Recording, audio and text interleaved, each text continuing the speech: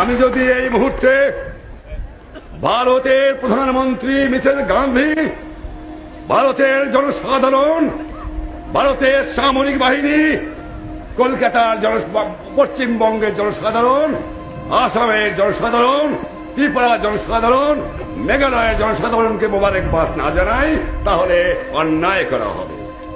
তাদের আমি আপনাদের পক্ষের থেকে 7 কোটির দুঃখী বাঙালির পক্ষের থেকে ধন্যবাদ জানাই।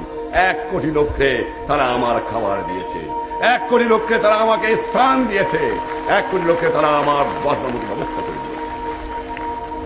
আমি যদি রাশিয়া সরকার, রাশিয়া জনসাধারণকে ধন্যবাদ না জানাই অন্যায় করা হবে।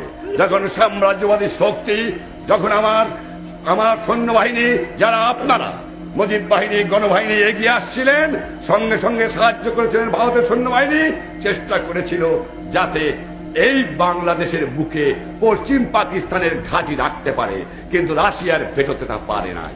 সেই জন্য রাশিয়াকে আমি মোবারকবাদ জানাই।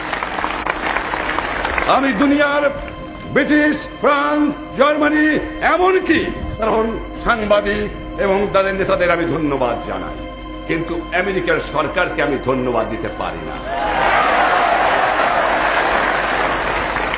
তারা জানে, তাদের খবর আছে যে বাংলাদেশে কি করে মানুষকে মারা হচ্ছে। তারা জানে যে গ্রামকে গ্রাম পুড়িয়ে ছারখার করছে। সেই মুহূর্তে আমেরিকান নিক্সন সরকার অস্ত্র দিয়েছে পাকিস্তান সৈন্যবাহিনীকে আমার মা বোনকে হত্যা করার জন্য।